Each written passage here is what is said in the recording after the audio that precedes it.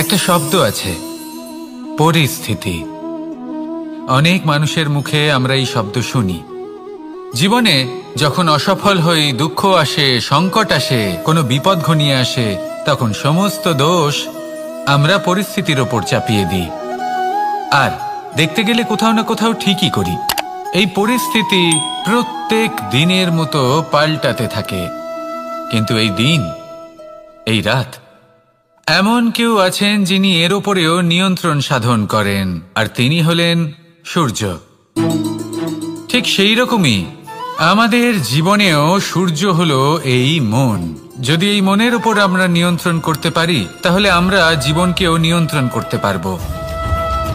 প্রথমে এই মনের রাজা হয়ে উঠতে হবে। তাই মনে রাখবেন, যদি মন দুর্বল হয়, তাহলে পরিস্থিতি আমাদের সমস্যা বলে মনে হবে। এই মন যদি স্থির হয়, পরিস্থিতি প্রতিস্পর্ধা বলে মনে হবে। আর এই মন যদি শক্তিশালী হয়ে ওঠে, তাহলে যে কোনো পরিস্থিতি আপনার কাছে একটা সুযোগ মাত্র। এমন এক সুযোগ যাতে অগ্রসর হয়ে আপনি মহান হয়ে উঠতে পারেন।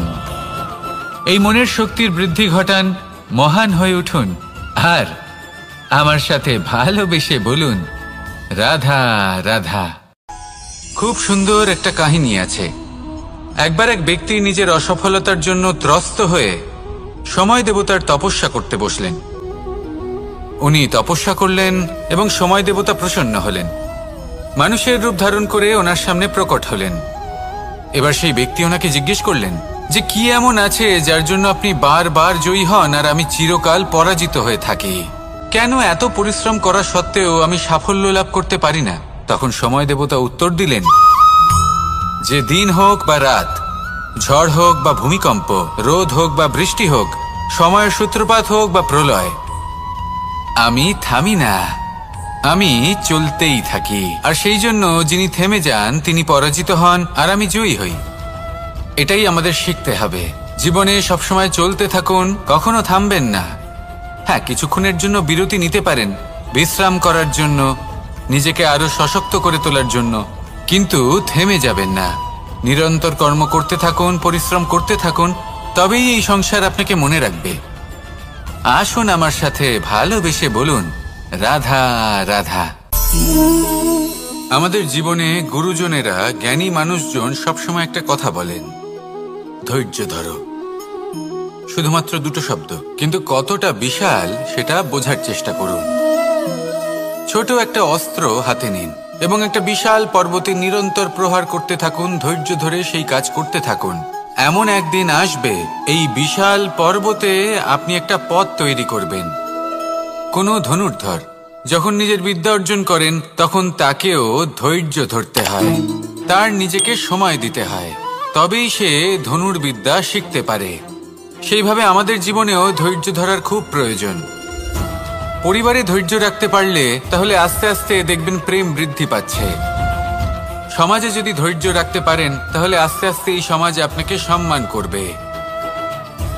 যদি নিজের জীবনে ধৈর্য রাখতে পারেন, তাহলে নিজে থেকেই আত্মবিশ্বাস বাড়বে, নিজের বিকাশ হবে। জীবনে সবই সম্ভব যদি ধৈর্য রাখতে পারেন। হয়তো আস্তে আস্তে হবে, কিন্তু হবে অবশ্যই। শুধু ধৈর্য রাখুন, কারণ ধৈর্যই সব থেকে বড় পুঁজি। আসুন আর আমার সাথে ভালোবেসে বলুন, রাধা রাধা। আমাদের জীবনে যখনই আমরা কোনো বড় দায়িত্বের সম্মুখীন হই, তখন আমরা তার থেকে দূরে পালাই আর এই অজুহাত দিই যে না না, এত বেশি ভার বহন করার যোগ্যতা আমার নেই, আমি করতেই পারবো না।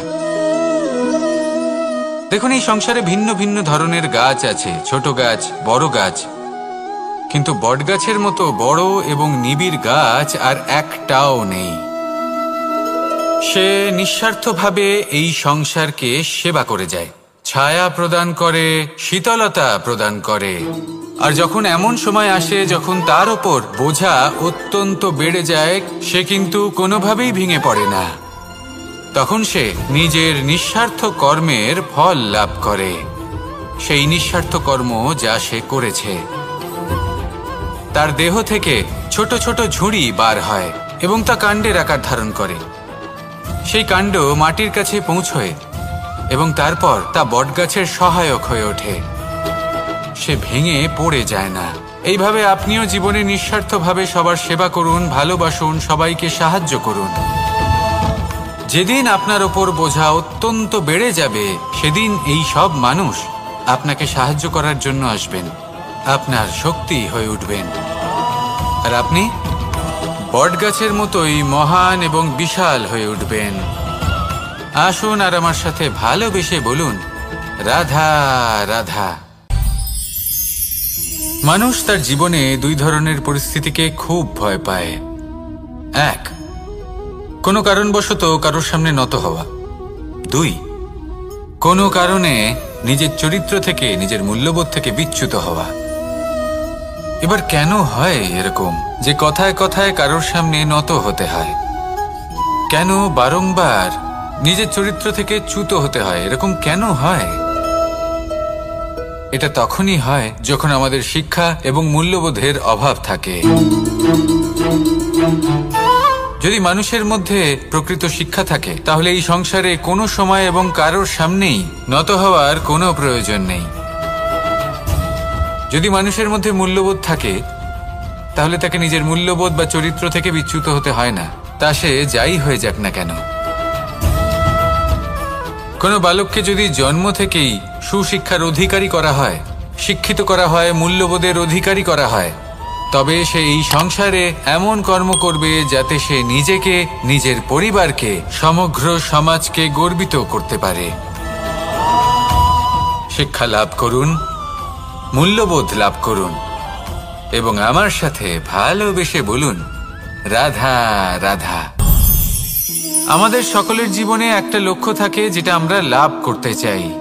ঠিক যেন একটা প্রতিস্পর্ধা বিদ্যমান যে কে সব থেকে আগে নিজের লক্ষ্যে পৌঁছতে পারবে।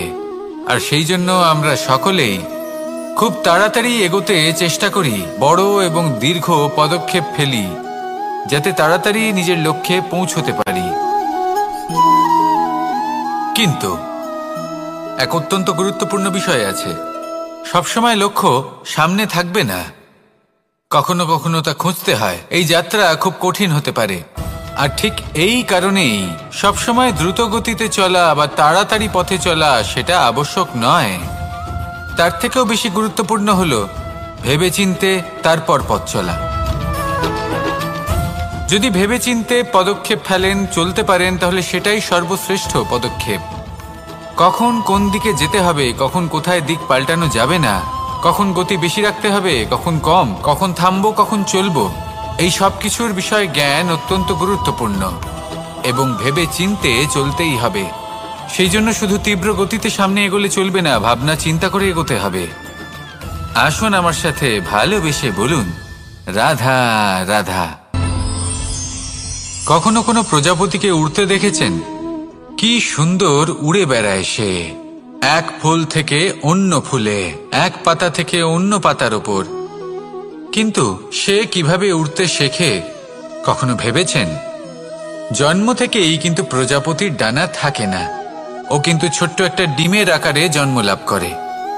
তারপর সেই ডিমটি ভেঙে একটি কীট বাইরে আসে। আস্তে আস্তে সে বড় হয়, ওর শক্তি বৃদ্ধি পায়। তারপর সে সেই কীট দশা ত্যাগ করে নিজের ডানাগুলি মেলে। এই প্রক্রিয়া তার কাছে সরল নয়, অত্যন্ত যন্ত্রণাদায়ক প্রক্রিয়া, কিন্তু সে সেই যন্ত্রণা মেনে নেয়। আর তারপর আস্তে আস্তে সে উড়তে শেখে। শুধুমাত্র আকাশে উড়ে বেড়ায় তা নয়, আমাদের মনের মাঝে উড়ে বেড়ায়। এবার এই ডিম থেকে প্রজাপতি হয়ে ওঠার যে যাত্রা, এটা যতটা কঠিন, ততটাই কঠিন হয় এই সংসারে শ্রেষ্ঠ কর্ম করা, ততটাই কঠিন হয় এই সংসারে মহান হয়ে ওঠা। সেই জন্য প্রয়োজনীয় প্রচেষ্টা এবং সময়। নিরন্তর প্রচেষ্টা করতে থাকুন, পর্যাপ্ত সময় নিন এবং আপনি নিজেকে এই আকাশে উড়ন্ত অবস্থায় পাবেন। আসুন আমার সাথে ভালোবেসে বলুন, রাধা রাধা। পায়েস হলো আমার বিশেষ প্রিয়। এর মধুর স্বাদ মনকে প্রফুল্ল করে তোলে। ছোটবেলায় মা আমার জন্য পায়েস বানাতেন এবং আমাকে বলতেন যে গরম থাকতে থাকতে খেয়ে নে কানাই, ঠান্ডা হয়ে গেলে ভালো লাগবে না। কিন্তু আমিও দুষ্টু ছিলাম, ঠান্ডা হওয়া পর্যন্ত অপেক্ষা করতাম, আর ঠান্ডা হয়ে যাওয়ার পরে মার কাছে যেতাম আর ওনাকে বলতাম যে মা, পায়েস তো ঠান্ডা হয়ে গেছে, এটা গরম করে দিন। তখন মা হাসতেন আর বলতেন যে পায়েস না হয় আমি আবার গরম করে দেব কানাই, কিন্তু এর মধুর স্বাদ, সেই মিষ্টত্ব, সেই সুবাস, সেটা আবার ফিরে আসবে না। কথাটা সত্যি, আর এই সত্যটাই আমাদেরও জীবনের সত্য। আমাদের জীবনের মধুর সম্পর্কগুলি, এতে যখন কটুভাব প্রবেশ করে তখন সেই মিষ্টত্ব ফিরিয়ে আনা প্রায় অসম্ভব ব্যাপার হয়ে যায়। আপনি চেষ্টা করে সেই সম্পর্ক ঠিক করতেই পারবেন, তার জন্য অগাধ পরিশ্রম করতে হবে, কিন্তু আবার সেই মিষ্টত্ব কখনো ফিরে আসবে না। সেই জন্য আপনার জীবনের যে মধুর সম্পর্ক আছে, যতটা সম্ভব চেষ্টা করুন তাতে মিষ্টত্ব বজায় রাখতে। কটুভাব আসতে দেবেন না। আসুন আর আমার সাথে মধুর স্বরে বলুন, রাধা রাধা। শব্দ, শব্দ আসলে কি? শুধুই কয়েকটি অক্ষরের সমষ্টি, নাকি আমাদের বাণী? এই শব্দ এমন এক শক্তি যা কাউকেই নিজের বশবর্তী করে ফেলতে পারে। শব্দ এমন এক অস্ত্র যা কাউকে ক্ষত বিক্ষত করে দিতে পারে। এই শব্দ হলো একটি নাদ স্বরূপ, যা কোনো ঘুমন্ত ব্যক্তিকেও জাগিয়ে তুলতে পারে এবং নিজের লক্ষ্যের দিকে অগ্রসর করতে পারে। শব্দে এত শক্তি আছে যে কারোর মনে এতটা আঘাত দিতে পারে যে সে হয়তো জীবনে আর কখনো এগোতেই পারল না। তাহলে এই শব্দের প্রয়োগ খুব ভেবে চিন্তে করবেন। এবং এই শব্দের মতোই হলো নীরবতা। অনেক সময় এই নীরবতা আমাদের সহায়ক হয়ে ওঠে, অনেক সময় এটা আমাদের অনুশোচনাকে অনেক বেশি বাড়িয়ে তুলতে পারে। ভীষ্ম পিতামহ, অঙ্গরাজ কর্ণ, যখন দ্রৌপদীর বস্ত্রহরণ হচ্ছিল তখন এনারা নীরব ছিলেন। দুর্যোধনের বিরোধিতা করেননি, ওকে বাধা দেননি। আর তারপর কি হলো সেটা আপনারা সকলে জানেন। দেখতে গেলে নীরবতা চুপ করে থাকা, কিন্তু যদি কোনো দুষ্টের সামনে চুপ করে থাকেন, যদি তার বিরোধিতা না করতে পারেন, তাহলে এই নীরবতাই অনেক বড় পাপের আকার ধারণ করে। মনে রাখবেন আর আমার সাথে ভালোবেসে বলবেন, রাধা রাধা। আভূষণ, কার না ভালো লাগে এই আভূষণ? আমরা পরিশ্রম করি, ধন অর্জন করি, আর আভূষণ কিনে থাকি, কখনো নিজের জন্য, কখনো বা তাদের জন্য যাকে আমরা ভালোবাসি, বা তাদের জন্য যাকে আমরা সম্মান করি। হয়তো সেই জন্যই সীতা চূড়ামণি ধারণ করেছিলেন এবং আমি সামন্তকমণি। কিন্তু এটাই কি সেই প্রকৃত আভূষণ যা আপনার মূল্য বৃদ্ধি করে? না। শ্রীরামের আভূষণ হল ওনার নম্র ভদ্র ব্যবহার। মাতা সীতার আভূষণ হল ওনার সততা, ওনার নিষ্ঠা, ওনার ত্যাগ। অর্জুনের আভূষণ ছিল ওনার একাগ্রতা। রাধার আভূষণ ওনার প্রেম। এই আভূষণ কোথাও নেই, আপনার মনে আছে। যদি আপনার মনে মিষ্টতা থাকে, তা শান্ত হয়, তাতে সততা থাকে, নিষ্ঠা থাকে এবং প্রেম থাকে, তাহলে আপনার অন্য আর কোনো আভূষণের কোনো প্রয়োজন নেই। আপনি যতই ভিড়ের মাঝে থাকুন, আপনার ঔজ্জ্বল্য চোখে পড়বে। আসুন আর আমার সাথে ভালোবেসে বলুন, রাধা রাধা। এই সংসারের সবথেকে বড় সত্যি হলো জন্ম এবং মৃত্যু, কিন্তু আরো বড় একটা সত্য আছে, মিত্র এবং শত্রু, যা আমাদের সকলের জীবনে থাকে। মিত্র সে যে আমাদের সঙ্গ দেয় এবং সংসারের সবথেকে উঁচু শিখরে আমাদের নিয়ে যায়, এবং শত্রু সে যে যে কোনো মুহূর্তে যে কোনো শিখর থেকে আমাদের নিচে ফেলে দিতে পারে। এবার বিচিত্র ব্যাপার হলো এটাই যে আমরা নিজেরাই এদের সাথে নিয়ে চলি, নিজেরাই এদের পালন করি। তা কি করে? প্রথমে বুঝুন এই মিত্র এবং শত্রু কারা। আপনার নিজের মন, আর কেউ নয়। এই মনই হলো মিত্র। যখন তাতে ভারসাম্য বজায় থাকে, তা নিয়ন্ত্রিত থাকে, তা পবিত্র হয়। কিন্তু যদি এই মন অনিয়ন্ত্রিত হয়ে পড়ে, যদি আপনাকে সে নিয়ন্ত্রণ করতে শুরু করে, তখন সেই আপনার সবথেকে বড় শত্রু হয়। সেই জন্য এই মনের ওপর নিয়ন্ত্রণ রাখতে শিখুন, এতে ভারসাম্য বজায় রাখতে শিখুন। তাহলে আপনি এমন এক বন্ধুকে পাবেন যে আপনাকে এই সংসারের শিখরে পৌঁছে দেবে। আসুন আমার সাথে ভালোবেসে বলুন, রাধা রাধা। ঈশ্বর আসলে কে?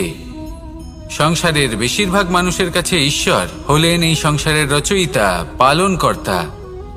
কারোর কাছে উনি জ্ঞাতা, কারোর কাছে উনি হলেন আস্থার প্রতীক, আবার কারোর জন্য শুধুমাত্র অন্ধ বিশ্বাস।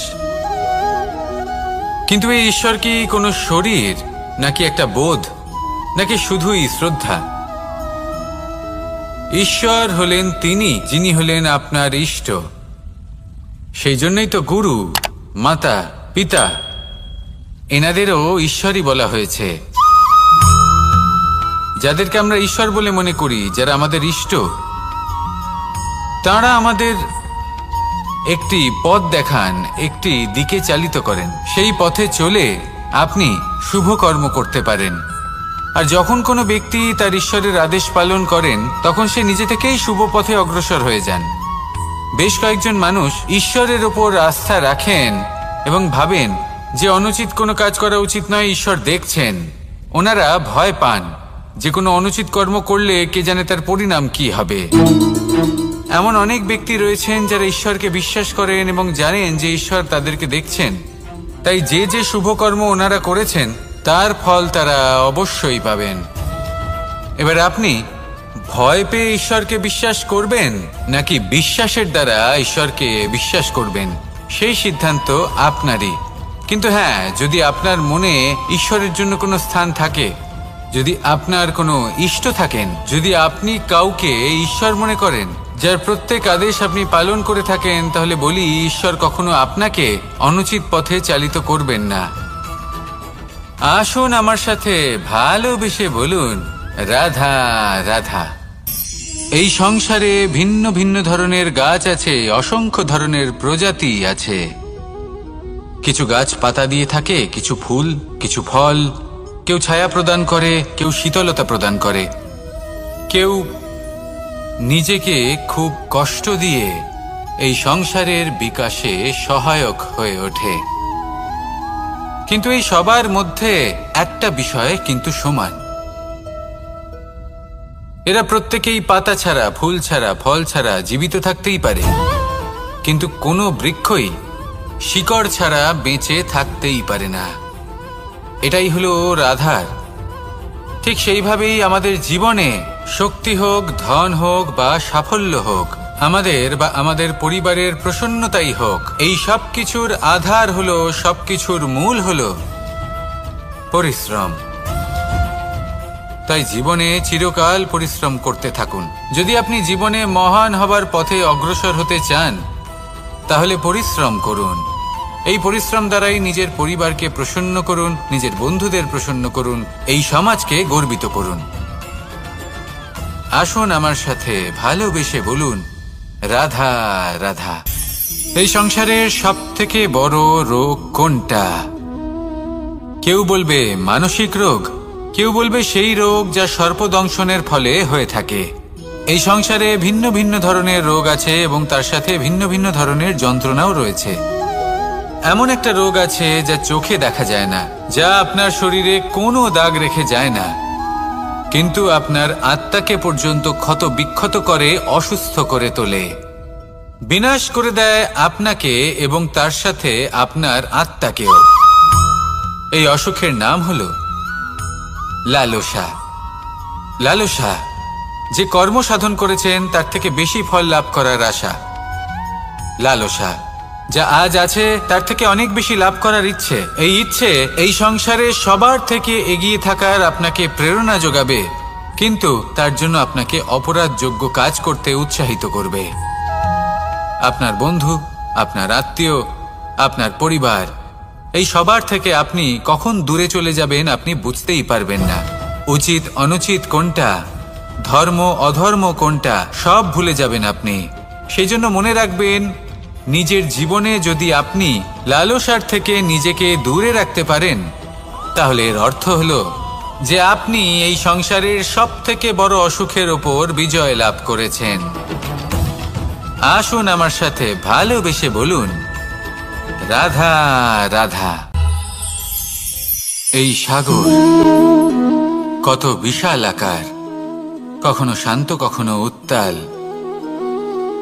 কিন্তু এই সাগরকে এত মহান কে করে তুলল? জল। এবার এই জলের যাত্রা দেখুন, সেটা কতটা কঠিন।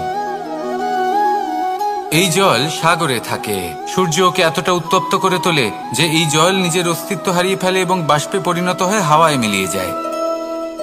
তারপরে আকাশে যায় আর নিজের অস্তিত্ব আবার হারিয়ে ফেলে, মেঘে পরিণত হয়।